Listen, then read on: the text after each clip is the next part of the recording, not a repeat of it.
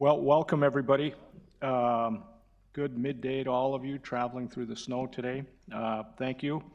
I think we'd like to get the brown bag started, do our best to try to stay on time. As I'm sure you recall, at the September 9th City Commission meeting, a list of recommendations coming out of the Special Assessments Task Force was reviewed and discussed. It was a list of things to be considered in the drafting of a revised infrastructure funding policy as it relates to special assessments.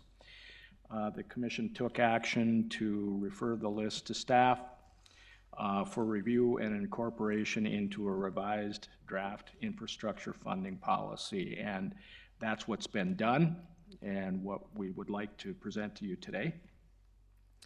Throughout the process, though, a number of things have been discussed, not limited to just the infrastructure funding policy, but also with respect to things like the use of prairie dog funds, the use of infrastructure sales tax, financing practices associated with special assessments, things like markups, engineering, administrative, and legal fees, even fund transfers. So the brown bag presentation today is comprised of three brief presentations based on the discussions that we heard throughout this process. First, Mayor Mahoney, who was on the commission back in 2006 when the infrastructure funding policy that we utilize today, a 1 cent dedicated infrastructure sales tax, got approved. He would like to go back and give a little bit of history as to why that sales tax exists today and what it was intended to be used for. And next, we would like to briefly, Kent's got a few slides on the financing associated with special assessments, because that was discussed quite extensively as well. And then finish up really with the reason that we're here today, which is take a look at the revised draft infrastructure funding policy. And Brenda Derrick, our city engineer, and Tom Knockmoose, our assistant city engineer, will take you through that. So then when we're done, certainly want to kick it back to the city commissioners for discussion, comment, questions. So to stay on task, Mayor, you get to be up first to talk about the infrastructure sales tax that we operate with today and why it exists. Thank you. Just for the commissioners, if you see something in the presentation, please mark down the slide if you have questions, because we go back to that, refer to that. Just because Bruce wants us to get through the presentation first, we're going to kind of keep on task at first to go through all this. Throughout the Special Assessments Task Force discussion, there has been some talk about infrastructure sales tax for water and wastewater utilities. That 1 cent sales tax was approved in the voters in 2006. I was city commissioner in 2006 and fully supported the 1 cent sales tax for infrastructure. I remember it so well. I think it's important for the current commission to get a historic perspective on that infrastructure sales tax vote and what voters approved it to be used for. Before I begin, it's important to remember that we have 3 presentations to get through, so we'd hold off those questions till the end. So I went back in time, and it's really kind of interesting. This is the presentation that former Bruce Furnace mayor gave at that time to convince the voters to vote for the sales tax. And he gave a brown bag as well on November 9th, 2005, and looking into this. So what he was looking at all included infrastructure at that time and what we needed to do with the 1 cent sales tax. What water supply was the Red River Valley water supply at that time to make us drought proof. Water treatment and distribution, what needs to be done with our existing infrastructure and what we need to do to position ourselves for future growth, and how true it was because we brought West Fargo on a few years later after this was done. Wastewater collection and treatment, what needs to be done with, again, our existing infrastructure and where we need to position ourselves in the future. Streets are, as always, a problem for the city, trying to keep those without potholes and people like them travelable. And then flood protection. At this time, 205, 206, there was no diversion, and this is mainly for our in-town flood protection that we're thinking about. So, why are we here? Mayor Furnace talked about the infrastructure needs. This was being proactive rather than reactive. It involved a long-range 24-year planning horizon with considerations beyond the 24 years. The work is necessary to maintain the existing infrastructure reliability. At the same time, we need to position ourselves for future growth. It would need commissioners to support it, and we'd have to have a plan for paying for it. So the reason that was proposed in 205 was due in part because deferred maintenance had caught up with the city of Fargo. The deferred maintenance was due to lack of funding. Utility rate increases were considered early on, but the needs were too great and exceeded their capacity. So he proposed a 1-cent sales tax to help pay for infrastructure. Now, at that time, there was currently a half-cent sales tax for the Fargo Dome, which was scheduled to sunset at the end of 208. And then that's when the new tax would start. So for taxpayers, they wouldn't see a change. And then there was another half-cent sales tax for infrastructure that was scheduled to sunset in June of 212. So as I mentioned, Mayor Furness' presentation was really centered around water and wastewater utility needs. The water supply, again, was for the drought protection, a water treatment plant and water distribution plan, and a wastewater and treatment plan wastewater collection. Now, these needs were based on two master planning efforts, a water utility master plan and a wastewater utility master plan. At that time, those studies were done to see what we would need in the future. So the master plans look at what was needed to be done for the existing infrastructure at the time, as well as planning for the next 24 years of growth, which is remarkable when you think about it, because the city of Fargo did grow a lot that next 24 years. So to address the identified need, each master plan included a long-term capital improvement plan listing the infrastructure improvement and estimation of cost. When Furness did this, he showed how quickly we were lacking in funding. The red marks on these top high graphs show you the amount of funding that we were short at that time. So not including water supply component, water utility was underfunded by 70 million. Wastewater was underfunded by 145 million. You can see in the charts that's a big chunk. Then if you factor in the next component, the water supply component, it was estimated anywhere between 75 and 115 million. With all three components shown on this slide, you can see that the funding shortfall was about 12 to 14 million a year. This equates to a half-cent sales tax, which is exactly what we're doing. So the commission at that time got clever and said, let's incorporate all of these into a 1-cent sales tax. Quarter-cent goes to water, quarter-cent goes to wastewater, quarter-cent goes to street, and a quarter-cent goes to flood protection. Bruce, I wish flood protection stayed at that level, but now we're in $1 billion plan right now. So the infrastructure funding options at that time was what everybody looked at, and the options of funding were limited. Do nothing with more deferred maintenance was not an answer at the time. Pay for all with utility rate increases, which at the time would have doubled the water rates and tripled the wastewater rates. Pay for it all in special assessments, which we'd have a lot of people howling at us for. Spend down any reserves that were available, didn't have enough at the time. Pursue available grant funding, there was not enough. Federal money did not want to give it, or state. Or ask the voters for an improved dedicated sales tax, and that's what they decided to do. So the 1-cent sales tax generated 18 million in 205. With respect to wastewater and utilities, it was determined that the 1/2 cent with small prudent increases in the utilities would be sufficient for water and wastewater infrastructure components, and the 1/2 cent sales tax determined at the time would be sufficient to fund street and flood control improvements. So the required steps of what placed on the ballot of June 2006 is public vote was required. We had to demonstrate the need to the public, and we had that little approval that Mike Williams put out there, 60% approval for passage, which is a big hurdle at that time. So what happened on selling the tax, the City Commission completely supported the infrastructure sales tax plan. They went all over town giving presentations on what it would be spent on, and numerous articles appeared in print and talk radio show. So here are some of the clippings we saw at that time. Furness pitches sales tax, good plan for Fargo water needs, 1-cent sales tax will keep progress going. And he was getting good support throughout the community at that time. So what happened? The result, election day, it passed nearly 70%. Nearly 70% of the voters approved a 1-cent infrastructure sales tax to be used how we told them it would be used. And that's precisely what we've been doing ever since, using infrastructure sales tax income to install and replace critical infrastructure for water, wastewater, utilities, streets, and flood control. Now the headlines changed a bit in the Fargo Forum. The Fargo voters approve or okay an infrastructure tax, 69.4% approve. In headlines in the farm editorial, one of the raps on cities is that city officials don't plan far enough in the future. That tag won't stick on Fargo. So I think that was a great example of how sales tax was needed, and a lot of other cities wish they could have that. That really helps us with our infrastructure needs. And for the city of Fargo, that's been an enduring tax that has worked out very well. And our engineers will tell you the money has been well spent, all in infrastructure, and has helped reduce our need for increasing property tax and our need for increasing specials. And with the policies we come up with today, we'll continue to improve that. So thank you, Bruce Furness, for having the foresight to see that. We very much appreciate it. And for me as mayor, it's a lot easier, and I think of my commissioners as well, to have that money coming in and help us with our infrastructure. Thank you, Mayor Mahoney.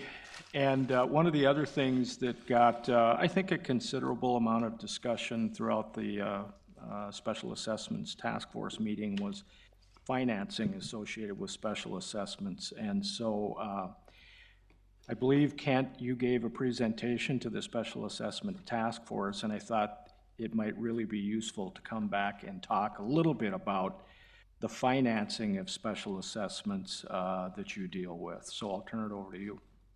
Yes, thank you, Bruce. There was about 10 items on this list, various questions that surfaced either during the task force or maybe one or two that didn't, that need clarification. And I think it's important. I'm intending for this presentation to be as much educational as it is leading up to the policy recommendations, because there's certain things that flow in and out of these debt service funds that I believe are widely misunderstood. I'll just leave it at that. So anyway, let's go to the next slide, if you would. Advantages. Why do we use special assessments, and why do we use special assessment debt for the city of Fargo? It's primarily related to the demands and the needs for us to deploy infrastructure, and it's a quality revenue source that is sustainable within our community. We've used it for years, and it gives the taxpayer the biggest bang for their buck because they're getting the very lowest interest rate of any type debt. The IRS has a tax-exempt provision in the IRS code that favors and gives favorable tax preference to municipal debt, and that's why we use it. And again, it's the lowest rate. It would be lower than mortgages. It would be lower than our developers that are putting in the infrastructure. As an example, we just sold bonds about a week ago. We got 2.64%. Now, that's really low by traditional standards, but again, there's an example of an advantage of using it. I'm not going to touch on all the advantages. I'm trying to move along pretty quickly. But the other, on the disadvantages, I wanted to touch on the bullet point of complicated to communicate and for the average person to understand. It is fairly technical, the financing and the parts and pieces that move in and out of these debt service funds, but we'll try to walk you through that as best we can. And then one other thing that surfaced too during the the review committee was the unanticipated assessments to property owners. It's when something would come along a year or two later after their initial greenfields was put in, a traffic signal or an arterial or something. At the committee level, we almost call them like pestilent assessments because people were not real happy about them. So some of this discussion triggers upon that. Next slide. I think it's important to understand who the parties are when we issue bonds. Obviously, we issue the bonds because we're the party that needs to receive the money to pay ourselves back for the money that we've spent on infrastructure. So in the case of the special assessments, we're the issuer, we issue the debt, and then we collect special assessments as the primary resource to repay the special assessment debt. Right now, we have about maybe $420 million worth of outstanding assessment debt, and that's backed by these assessments that are levied over 25 years. And we did make a note here, in the last Blue Ribbon Task Force during 2004, the commission decided they wanted to extend the term from 18 years to 25 years just simply to reduce the annual payment. There was a real push at that time to lower the annual payment, and I think that task force committee was helped reduce assessments by, I'm thinking of as much as 20%. The key in our managing our bonds, those funds are restricted by state law, and we can't use them for any other purpose. Once you issue the bonds, the money goes into the bond fund, and it's used just to pay the bond debt service for the life of the bond. So the city is managing these various bond issues for 25 years. And we are a fiduciary in that we act in that capacity to make sure that we don't divert funds for some other reason. With regard to the investors, they're seeking high-quality investments. We obviously have a very high bond rating. We have a Moody's AA1. What that means is we're like one rating away from the highest rating, which is a AAA bond rating. And typically a AAA bond rating would be given to communities that have very high income levels, very, very strong tax base, and again, it's based upon income and tax base. The bonds are guaranteed by special assessments, and if something goes awry with regard to the assessments, we're required to levy property taxes to cure that deficiency if there is any. And then another key point with regard to how we structure the bonds is there's something called a call provision, which means we're guaranteeing that the bondholders that they can hang on to these bonds for up to 10 years without us paying them off. So there is a period of time at which we cannot pay them off, and we're holding them in trust, and that's why there's an accumulation of funds within the fund. What happens during the life of a special assessment? Again, we wanted to detail this out because we're wanting to show what money flows into and what money flows out of, or what are some of the economics within the funds. So obviously we certify the assessment once a year. That annual installment is put over to the Cass County, who adds them to their tax statement, and then the taxpayers pay their assessments with their taxes. We get the money in February. With regard to assessment prepayments, a taxpayer has the ability to pay their assessments at any time. They can make a partial payment, they can make a full payment, they can make a payment within a 10-day period prior to them actually being levied. So there's an abundance of taxpayer options to manage this obligation as opposed to just letting it amortize over time. And there's also various time periods that we use for deferred assessments. A deferred assessment is just simply, it's the same as a normal assessment. However, it's just billed at a different timeline. We might defer an assessment for 3 years, depending on the circumstance, or we might defer it for as much as 10 years if it's in a large development that's spanning out into the fringe, if you will, for arterials and others. But those deferred assessments are collected in full for a full 25-year amortization period. So they run out beyond the life of the bond. If a bond goes out 25 years, a deferral might take us out to 35 years. So they are being collected in full. And then with regard to the use of funds, we're paying the debt twice a year. I'm going to talk a little bit about what happens when somebody prepays their assessments. That in the current economy is causing a negative return to us. And then there's refinancing, and then eventually at the end of the life of the bond, there's a residual transfer to the general fund within there. So how is our 1% markup utilized? There's been a lot of discussion about the 1% markup during the task force, and we wanted to clearly delineate that this money is used for a specific purpose, and we listed these purposes here. I'll go through them very quickly. We pay for our bond financing costs out of the markup over time. That could be as much as 1% of the issuance cost. And then the prepayments, if somebody pays us in advance for the entire assessment, we oftentimes have to sit on that until the call date, at which time we can pay the bonds early. So there's a holding period when we're earning way less money than what we're having to pay out in the bonds. That would be a negative return from assessment prepayments. And again, the primary objective in state law when it was promulgated back, I believe in the early 80s, was simply having a bit of a fund balance, having some cushion to make sure that you don't have to do an assessment levy. Grand Forks and Bismarck was running into trouble with deficiencies in some of their assessments, and they were able to negotiate up to a 1.5% markup in state law. And then again, the cash flow on deferred assessments, if you aren't billing somebody for a period of years, there's some cash flow adjustments that flow through there that eventually get collected at a different term. Next slide. And here's an example with regard to the risk. There was a lot of discussion about risk at the task force as well. And you know, there's economic risk, there's interest rate risk, there's credit risk, there's just an abundance of risk inherent in holding these bonds during the term. The takeaway from this one is to support what happens when somebody prepays their assessments. You'll note on here in 2009, when there was a national meltdown, interest rates went from 5% on cash reserves, or monies that people invested in a savings account, were able to invest at that rate. And you'll notice that was very similar to what we paid in bonds, about around 5%.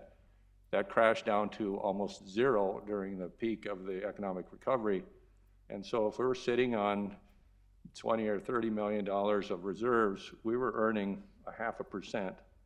So take yourself down the chart from 09 all the way up to 17, essentially earning almost nothing on the money that we're holding in trust for the bondholders. That's a classic loss of income. Had markets been normal, we would have earned 4 to 5% on our investments. And you can see that interest rates have been coming down on the blue line, but it's important to understand what happens when there's this large gap, which there is here. We are not able to invest because of state law. We can only invest in safe securities, Treasury, and all of those investments went very south. So again, this is just a text of this prepayment phenomena. If we're paying out more in bonds than we're taking in on investment income, we're actually losing money. It's a negative hold on our position there. So I'm not going to spend much time on that one. Next slide, please. And so we wanted to show you the magnitude of the assessment prepayments here over the years, from 8 million all the way up and down again. I think we noticed some change in behavior back in 2008 after the economic crisis collapse. People started paying off their assessments earlier. They didn't want to have any debt. They were being conservative, that type of thing. But you can see we're holding significant amounts of money here in this economic environment. And I just want to share with you how much that's the prepayment. That isn't the amount we bill every year in the amortization. That's somebody that walks up to the counter and says, I want to pay off my specials. Here's a check. We put it into the debt service fund and we sit on it until we're able to pay that debt. Current fund balance is about 37.4 million. And again, that equates in proportion to what our annual requirement is. We budget about $36 million is how much our community would pay in these refunding improvement bonds or special assessment bonds. So essentially we have about 1 year of fund balance. What happens when a bond is refinanced? There was some discussion about that. And according to state law, the North Dakota Century Code, the assessments are initially levied and they're held in trust for the bondholders. And when we refinance, we simply transfer that pledge to the new bond issue. And we leave the investment interest rate, or excuse me, the rate on the assessments the same, because that's how it's promulgated in state law. And then after the bonds are paid off, that money is transferred to the general fund. And we believe that that practice was promulgated that way because it's a fair and equitable way of treating the taxpayers. And once it moves into the general fund, it would be used for other projects that may require a tax levy as well. So again, that's prescribed in state law. With regard to transfers, that's another area that I believe needs clarification. We do transfer money out of the debt service funds every year. There's a history of what we've transferred. You can see it's pretty consistent. Next slide, please. But what is important to understand is what is the source, and the question that should be asked is, where does that money come from? And this is where I believe there's some misunderstanding. Because of the magnitude of our deferred assessments, there is a consistent stream of deferred assessments that come into these funds. And in the case of a bond fund that's been paid off, that money then would just flow into the general fund. So that's how we're able to sustain those transfers. And then also, Fargo has always collected our assessments to full term, meaning that we would collect, if it's a 25-year assessment, we would collect it for 25 years. We wouldn't shut it off after 23 years because of the money in the fund. It just would revert to the general fund. And then at the end, the residuals remaining is transferred to the general fund. So we wanted to break this down to you, that residual amount, which I believe is what everybody is characterizing, the 1.4 million is about 223,000 a year. That's the average of the money that has moved into the general fund. And again, if you break down those averages, any particular bond issue might be 7 to 10,000 parcels across the city of Fargo. So if you take that into that at the parcel level, we're talking about a de minimis amount with regard to the residual. Also, I think is important with discussion of transfers in and out of the general fund. Here's our history with regard to transfers in from the utility funds from 08 through 2020, and then the transfers from the debt service fund. And the takeaway on this slide is these transfers are an integral part of our budgeting process. It helps balance out all of our budgets, and on a percentage basis, it's about 10 to 12%. It has grown in the last couple of years because of the regionalization of our storm sewer, our wastewater and water, because we've been becoming a regional provider. But again, those are important. So if there is a default, I touched on this a little bit, we're required to levy taxes to pay for those that don't pay their special assessments. That creates a real inequality, and so that's why we think it's important to have a bit of a fund balance in these funds so that we don't ever have to do an assessment levy. And again, we pledge the full faith and credit of the city of Fargo to the bondholders when these bonds are issued. So that's important. We do mitigate the risk by having letters of credit available with developers. They're agreements where we can draw on if there's a problem. And there is a time frame if you had a development that went bust for you to get through the delinquent 3-year period. The way the state law is right now, it's 3 years for delinquency, and it may take another couple of years to clear it up and resell the assets. So there are some cash flow issues that we need to protect ourselves from. We have been fortunate in the community. We haven't had a lot of delinquencies, but in the past, I think as far it was way back in the 70s, there was problems with at least one, and then Moorhead had one recently, and Mike can attest to that, and others may have had some. Next slide, please. So here's the summation on the financial policies, and some of these came through as recommendations from the task force. We would say we'd be willing to reduce the markup from 1% to 0.75%, applied to both the greenfields and the reconstruction. The task force recommended a reduction. We think we can do that.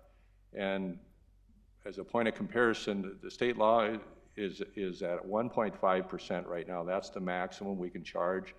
We benchmarked our existing 1% against other communities, and we're already at 1%, some of the lowest in the region. And if we go to the 0.75%, I'd be willing to say we would be the lowest in the region. So that has an advantage to the taxpayer. And the next item would be the ability to use our state revolving loan funds. We've used those primarily for water wastewater projects, but we also believe that the paving component of a water wastewater project would be eligible under the SRF program, and we've already applied to be on the intended use program. And why that's important is then we'd be able to access credit at 2%, fixed rate guaranteed, as opposed to market-based bond market rates of 3 to 3.5% in today's environment. A couple of examples here, we wanted to run that. What does this mean to an average taxpayer? In a new development, there'd be savings of about $54 per year. And with regard to the reconstruction, there's more bang for their buck because we'd be using that 2% financing versus market financing. It'd be about $144 a year. Then one other item with regard to the recommendation would be to consider applying an inflation index of 2% per year on the capped assessments. What that means is we're trying to keep pace with inflation, or at least trying to curb the impact of inflation. When we studied that and reported on that during the task force, the inflation rate for our construction projects was anywhere from 8 to 10% a year. So that's why all of this is getting so expensive. So I think it's important to put some policy-based inflationary index into the policy. It will not keep up with inflation, but it'll curb the effects of inflation. So those would be the So thank you, Kent. And the point is, your last slide, those 4 recommendations have been forwarded on to the engineers, the authors of the revised draft infrastructure funding policy, Yes. which we'll get to now, really the point of the brown bag today. So thank you, Brenda and Tom, for being here today. I'm really anxious to see what you put together. Thank you. So in regards to this, our City of Fargo infrastructure, our proposed infrastructure funding policy, as Bruce originally stated, we started with the Special Assessment Task Force list that was forwarded on to us as of September 9th, when the commission voted to move that forward and have the engineering and finance and staff evaluate what their recommendations were. And so we took those recommendations and have incorporated them in our proposed policy. So our infrastructure funding policy is the document that prescribes how our improvements are to be funded. We are required by the North Dakota Century Code to have an infrastructure funding policy that is approved by its governing body. So all communities over 10,000 residents is required to have a funding policy. And why is it important? It ensures that all of our residents are treated consistently and impartially. So the City of Fargo has been utilizing special assessments for over 100 years. Some of the, I'm sorry.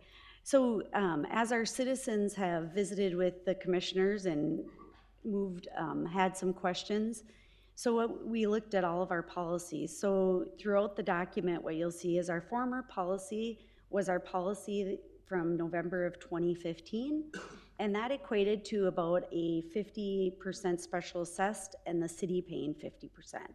So that would be the former policy that we'll be referring to will be the 50-50 policy. Our current policy is our 2013 policy that the commission reinstated in May of 2018. So through this action, the City Commission drastically reduced our special assessments to property owners, which we'll see further on in the presentation. And then this equated to approximately a 30% special assessed, and then the city paying 70%. Now our proposed policy that we'll be bringing forward to the commission in later in November incorporates several of the recommendations of our Special Assessment Task Force and addresses the most common complaints that we have received through our special assessment process. And this equates to approximately a 20% assessed and the city paying 80%. So in the proposed policy highlights, we've got the initial installations, which is the new developments or greenfields. The initial installations would continue to be 100% special assessed or paid by the developer. So the developer has the option to request the city to design it or to do it privately. We are making a recommendation to remove the letter of map revision, which is our LOMR work that we do with the land that is currently in the floodplain. So most of the land on the south side is in the floodplain, and that has to be elevated to the base flood elevation, and that would be covered by the developers moving forward. We also are recommending a tiered system to be utilized for the multifamily residents. The utilization of, this would proportionate the utilization of the infrastructure with the size of the lot. And so what we're recommending is a tier 1 would be 1 to 3 units, a tier 2 would be 4 to 12 units, a tier 3 would be 13 to 36, and a tier 4 would be 37 or greater. So currently there's 1 MR, and now we would break it into 4 tiers. We are also proposing that independent standalone traffic signal installations would be 100% city funded. For the rehabilitation and reconstruction for sanitary and water, sanitary lift station rehabilitation and replacement projects would no longer be special assessed. The proposed policy will also increase the amount assessed for sewer and water in the downtown mixed use zone, the DMU. And so as we work through, when we come forward with our proposed 4-year CIP, as we work through the process and looked at the impacts of these changes with the special assessment policy, we noticed that the percentages of special assessed were much lower in the DMU due to the higher costs. And so what this does is it creates uniformity with the other areas of the community. So it brings the portion of the DMU project to 20% being special assessed. Our sewer service replacement, when it's part of the street reconstruction projects, would no longer be assessed. Previously, this would have been about $5,000 a property when we replaced those sewer services with our reconstruction project. So for rehabilitation, reconstruction for paving, streetlights, and signals, again, we will use our tiered system for the multifamily residents. And our recommendations would be for the prairie dog to be utilized to accomplish the buying down of the paving for single family residents, and then also the MR tier 1, 2, and 3 by 50%, and then buying down for MR tier 4 commercial and DMU by 25%. It would also eliminate the special assessments for single family residents and MR tiers 1 and 2, which do not directly front an arterial. Also, streetlights and traffic signals will now be included with your paving capped assessed cost. So Brenda went over the highlights of our proposed policy, and it's good to look at some real examples of how this would impact property owners. So our first example is a typical home along Broadway, looking at just an arterial paving project. You can see the impact of the former policy was nearly $15,000. When commission reverted back to the current policy, brought that down to $3,100. Our proposed policy would be about $2,600. Another example, this could be a typical home anywhere in the city of Fargo. So in the past, for a home that does not directly front an arterial, they paid an indirect assessment. You can see in the former policy, it was about $2,500. The current policy about $1,200, and our proposed policy would eliminate that special assessment. And that's really made possible because of prairie dog. Another complaint that we heard was an issue with MRs. Like Brenda mentioned, there used to just be 1 category, now there's 4. So this is a good example of a small, 3-unit or less multifamily residence along 4th Street. And again, you can see the significant changes between the policies. The former policy, nearly $65,000, went to $27,000 with current, and then be proposed at just over $12,000. So just want to go into a little bit more detail on how this is calculated and how the different policies treat it. So this would be a typical reconstruction project done, a water main replacement street reconstruction project done in the city of Fargo. So those projects typically replace water main, sewer main, water and sewer services, street lights, driveway approaches and streets, and then we'll also typically rehabilitate storm sewer and sidewalks as part of that project. So you can see, looking at the former policy, what those values were, being special assessed on a per front foot cost for paving, storm sewer, sanitary, streetlights, and water. You can see the current policy would not have special assessed the storm sewer. And then again, you can see that we carry that forward in the proposed, and streetlights would not be special assessed either. So again, you can see it makes a significant change. The former policy was nearly 19,000, went down about 13.5, and then our proposed would be just over $9,000.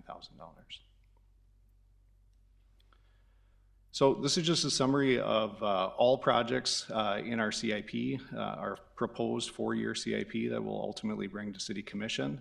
And it just kind of summarizes the total costs on the very right, but then just shows where those different funding sources come from. So special assessments are relied on heavily, but so is prairie dog and street sales tax and many other funds like federal aid and flood sales tax, and then our utilities. Just maybe a couple things to mention.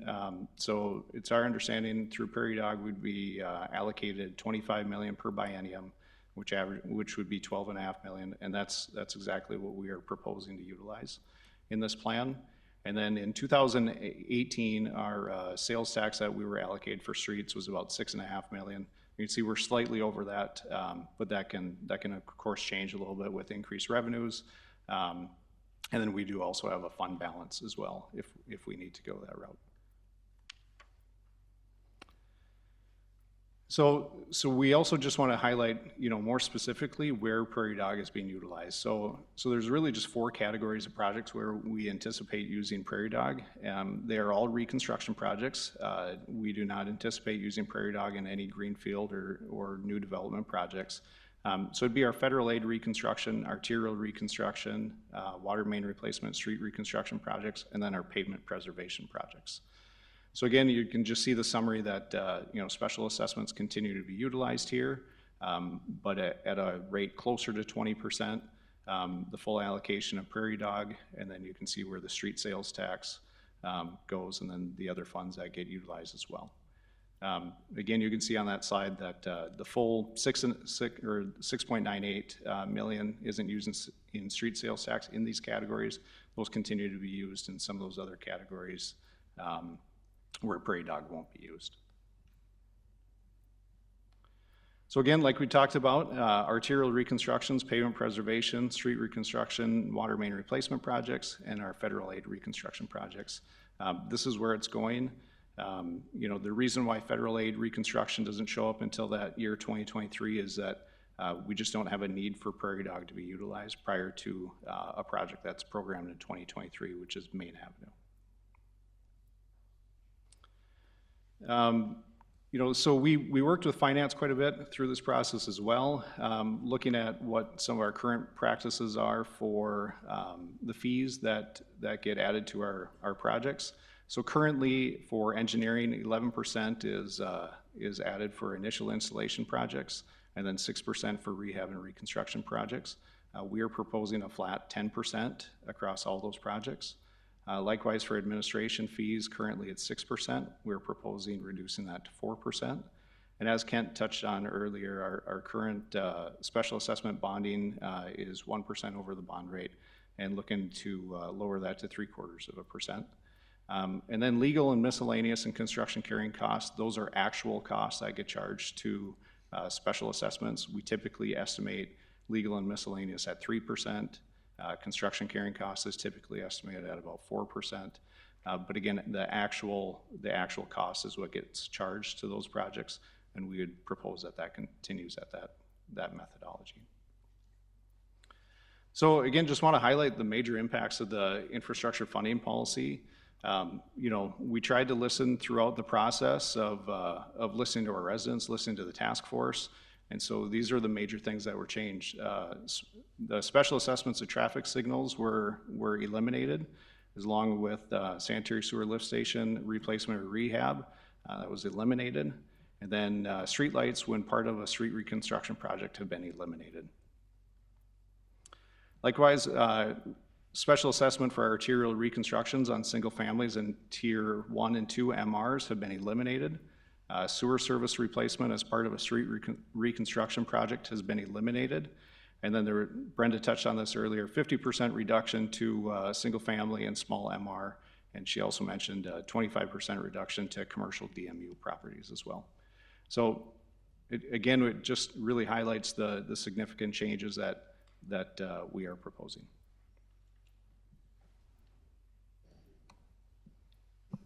Thank you, Tom and Brenda. Just a note of professional courtesy, when I started, I neglected to introduce all of our staff team at the table. I'm sincerely sorry about that, but Jenica Flanagan, our accounting manager in finance, joined us today. Thank you. And to my left, Mike Redlinger, Assistant City Administrator, Dan Eberhardt, our Special Assessment Coordinator, and Steve Sprague, City Auditor. We've all worked on this, so thank you all very much. And at this point, a lot of information. Personally, I think it was all really good, relevant information, but I would like to kick it over to the commission for questions, comments, discussions. It is a brown bag, so it's a free flow of thoughts and ideas. So Commissioner Gregg was deployed. He's not on the phone call, but Commissioner Greenberg, perhaps you want to comment on this? You guys have been working on this for about a year or longer. About 17 months. Well, no, I think the results of the motion in September speak for themselves of the fine job the staff has done to take the information from the task force and put it into layman's terms as far as the impact to homeowners. And the whole purpose behind the task force when it started was bring a diverse group together, tackle the issue, understand the issue, and then make a series of recommendations. And I'm very pleased with the quality and the presentation this afternoon. And if you reflect back on the 26 recommendations from the task force, what we just heard is 85% have been incorporated. 22 out of the 26. One is prohibited by the Century Code, and then there's 3 that maybe are a little more challenging as far as putting, they're listed in your packet here, but overall a pretty significant time and investment and outcome. And to quote Mr. Grubb, when we started this, when Prairie Dog was announced in over a year ago as well, that bringing state funds into the infrastructure policy is a game changer. And so it's clearly been articulated here by the presentation. So great work. I have a couple questions. One is on page 19. One of the concerns about special assessments was unanticipated assessments to property owners. And my question is to Brenda maybe. I mean, the engineering department does a CIP, and we also do the, kind of the assessments of repaving and all that. So is there a way we could better get to the homeowners so they know that it's coming, even if it's not a yearly thing, but just to say, do you know what I mean? I think that would help. Maybe you can address that. Thank you. And then I have one question after that one. Thank you. So we are working very hard to address that. So we'll be coming with a draft 4-year CIP. So we'll know 4 years in advance of what projects are on our schedule. And then on top of that, we worked hard this year to start to kind of get ahead of the pre-design and construction for next year's projects. So we're setting ourselves up so when our staff come in this winter and start design, they're actually going to start designing for 2021 projects so we can start communicating with those impacted by those assessments a full year in advance. Typically, they would start hearing from us just a couple of months before the project, and now our goal is that the year prior they'll start hearing, but we'll also have, we'll get that 4-year CIP out there so they can see what areas we'll be working in. So Brenda, can I ask you, so like, let's say that we have, it's a project in 2 years, would we send out to an individual residence at a certain time right now? How do we do it, and what can we do to do that earlier? So, correct. So today, really the residents don't hear from us till right before the project is created. And so that's the first time they really will hear from our department. And so now going forward, they'll hear from us a year in advance. But the other thing is Greg is working with you as well to do a communication tool to explain to you what the project is, what's happening, what's paying for it, prairie dogs in it, what's in it, how much yours into it, to give people a better idea how much the city covers, how much prairie dog covers, how much you cover. And I think Greg will launch that sometime next year. We'll see that, and it'll be much more simple to understand. And some of the things that we're working on with the task force is just trying to get that information more interactive too, so that if you go to your lot, you can see what's coming. And so that's another thing we're working on with our IS group. And so we are trying to make it more user-friendly for the average household also to be able to go in and have that information at their fingertips. Very good, thank you. And so can I ask one more question? So on page 36, you know, using the prairie dog funds, I think is a great thing, but my concern is that sustainable? You know, I mean, we know the prairie dog is gonna, I'm concerned about us using this, and what happens if at some point they say, we aren't, because of state budgets or whatever, we're not gonna have that. So that's kind of open-ended question. Yeah, great question, Commissioner Pepcorn, and I believe we're going to want, we bring the actual amended policy, we're going to have a disclaimer that clearly notes that this policy with use of state funds is subject to legislative appropriation. And to your point, we might have 10-year run with this, but then it might go away. We have to have that at least footnoted in a disclaimer that if that would be the case someday, we'd have to reevaluate. Okay, thank you. Commissioner Strand? Thank you, Mayor. Commissioner Pepcorn, I have the same basic question as that you just alluded to, and that we've seen the state set up and establish a property tax buy-down program that seemed really exciting for a while until it went away. And then our school districts, for example, are just really hit hard with back to local funding as an alternative. I'm very concerned about the longevity and sustainability of this prairie dog fund, and us building a plan that if the economy changes or the state changes its values or policies, we're in trouble. You know, so yet we move forward for the moment with what we have. This is good stuff. I really wish Commissioner Garrick was here. So many of these questions are his questions, and I want to honor and respect his concerns. And I'm not so sure I like the idea of us having a vote when he's not here at the city commission meeting. It just, He'll be at the commission meeting, John. He just couldn't make the noon meeting. And then he has seen the presentation, and the team has shared on this, and they'll see the final product that we did today as well. It was sent to him this morning. Greg sent it to him. he's not here today, and he won't But he'll be here. on the commission meeting Will tonight. he be here November 18th? That part I don't That's my know. concern. Yeah. This is an I issue. think he's 2 weeks deployed, I think. My understanding, he's going to be 2 months, but he'll be calling in for the meeting, so he'll be participating. It's just an observation. I don't want to disrespect his concern, and I want him to know, and others in the community who support him, that his questions were really sincerely answered, because they have the same questions. One of them is the $1.4 million that some people allude to it as a shell game, you know, where the transfer to the general fund. Can we start with that with a little further explanation? Why is that not a shell game? Or Well, to categorize it best is the state has said, excuse me. The state has said, hold the money in the debt service fund, hold it till the bonds are done, and close it out and send it over to the general fund. That's the legal prescription that we've been handed. It's promulgated in Century Code. That's the procedure we follow. So I don't know how to defend that practice other than to simply say, we're following the provisions of state law. The question might be, is it needed if we routinely have 1.4 million extra? I'm guessing that's how I'd interpret that. Is it really necessary, or are we overtaxing people and don't need it? No, I think clearly what we're trying to delineate in my presentation was those 4 buckets of risk. You got prepayments, you've got interest rate declines where you're taking a loss on holding the money, you have delinquency potential. There's 3 or 4 risks that could happen.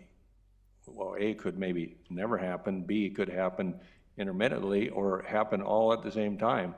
And so if all of these things happen at the same time, you need some ability to pay these debt obligations.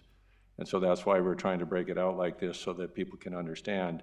It isn't just a big, huge slush fund that we draw off of every year and it's just sustainable. It's there and it's being used. But again, don't forget, when we talked about those deferred assessments, the city has used deferred assessment practices for many, many years. It helps in the development process. It helps in the growth process. We need to hold those assessments and collect them to term. And if they become residual, you know, where are we going to put them? Under the mattress, or are we going to let them flow into the general fund? So that's what we're doing. And we tried to demonstrate by this analysis that a good share of that money, of the 1.4, is from these deferred assessments, as well as a small component, 223,000 of that's the residual balance. So essentially that's what's left at the end of that 25-year term.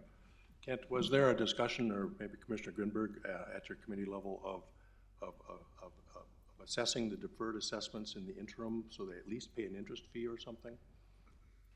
We didn't spend much time with regard to deferred assessments, but what our practice has been is in a case of a larger development that may follow an arterial, our practice has been potentially deferring them up to a 10-year period or until development actually happens. And in the case when we've done deferred assessments, by contract we would list it at say a 10-year deferral, but maybe in year 6 or 7 it's fully developed.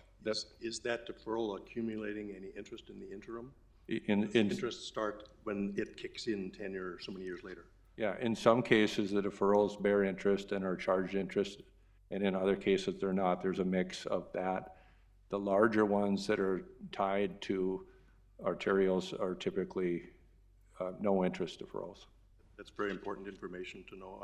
On slide number 31, with regard to what happens if there's a default, I'm just curious, and I think a lot of us are trying to get a general understanding of greenfields versus rehab internally and alternatives to funding them. I'm just, regarding the risk to the city, I'm curious with our current funding approach to greenfield development, if that's more or less risk than if we had the developers take on the funding, the costs themselves entirely, like some do. I'm curious the city's risk, the public's risk. Well, I think to answer it, our existing practices have been successful. We're managing our risk. We're mitigating our risk by having tools in place that would be a safety net. One safety net is the fund balance that we're carrying. I cited $37 million in my presentation. That's a buffer that gets you to next year's debt payment. But let's just play the scenario of a major flood in Fargo that just took us right out. How many people would be able to pay their taxes and their special assessments? I suspect that the community would be hurting. We need to have some resources available to make our debt payments. We're obligated to make these debt payments. So I think to answer that, the new development obviously are a bit more risky, but we're using as many tools as we can to mitigate the risk.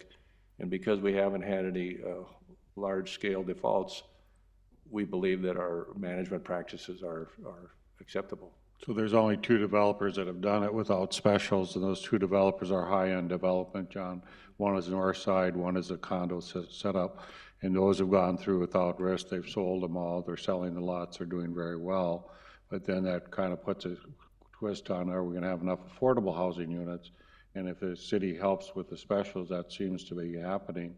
We have something on the commission tonight where one developer's having trouble selling single-family homes, and the specials do get involved there a little bit. So it's kind of one of those things. This has worked 95% of the time. We've not lost on this so far. Kent, the city's done very well. We have people that pay their specials. But there is room for someone in Greenfield. If they want to develop their own, they can do it. We're not objecting to that. We just have not seen a huge appetite to developers. One thing we can do as a commission maybe is curb leapfrog development in the meantime, so we're not jumping over other developments and really exacerbating the costs to get there. And I don't think we've done that for a long time now, leapfrog. That came in on 100th Avenue. There's a development out there on industrial that we've not really helped out. this is, I'll wrap up real quickly. This is, the policy enhancements here are subtle but important. And of course, the biggest change we made was the 50/50 to 30/70 shift, May of 2016, or was that 2016, 2 years ago? So that, but that, these are, they're important, like not paying for streetlights. Good stuff. I think people will appreciate that. The way we're addressing corridors, you know, arterials, routes, that will be appreciated. One question I have that, I'm not sure who this would go to with regard to slide number 37, with the tiers. We may kind of look for a little flexibility. I know there will probably be a discussion like some cities with regard to the missing middle, in core cities. Some are, there's a conversation out there of 1 to 4 units per lot. So we might just look at that first tier of 1 to 3 units, whether that's too constraining or not. Should the city in its new neighborhood core plans go further in per lot allowances? So that's just one area of you might see some discussion in other departments that might affect this. So we did have a conversation about that of, you know, 1 to 3 or 1 to 4 and then maybe 5 to 12. The one thing that Tom kind of went back and as we talk it out internally, both tier 1 and 2 we treated as a single family residence. So whether tier 1 was 1 or 4 or tier 2, under the policy, they're both getting that same benefit also. But yes, I agree, as your core plan through planning, as some of those documents start rolling out, we'll stay on top of that tiering system and make adjustments accordingly. Thank you. We're at an hour. This was an informational brown bag for the commission. Informational in nature, invited comments. Thank you for that. Thank you for everybody's participation. And on the staff level, thank the team for, it's a heavy lift sometimes. This has been around for a long time. When I got appointed by Mayor Furness to be the first solid waste utility director back in 1996, we were dealing with this. My life is passing in front of my eyes as I sit here. So, but thank you everybody so much. Commissioners, have a great day, and we are planning, Tom, Brenda, to take this formally to the City Commission 2 weeks from today. And for the commissioners, if there's any tweaks to this, please get it to us so we can do that. I want to say thanks to all the commissioners. I know you all have spent a lot of time on this and looked at it in great detail. I appreciate the time you all have done on this. And Tony, I thank help for the special task force that went through this. But I think this is excellent work. I think everybody's done a great job. I want to thank the staff especially. They worked long and hard on this and spent many long nights working on this as well. I think you've done a great job to try to equalize, make it kind of fair to everybody, but you are bringing specials down, and that's what we intended to doing. Prairie Dog is being implemented. I think this is a great progress going forward. So thank you very much, everybody who's been involved. Thank you. And hopefully, Dan, you'll get less phone calls. Thank you.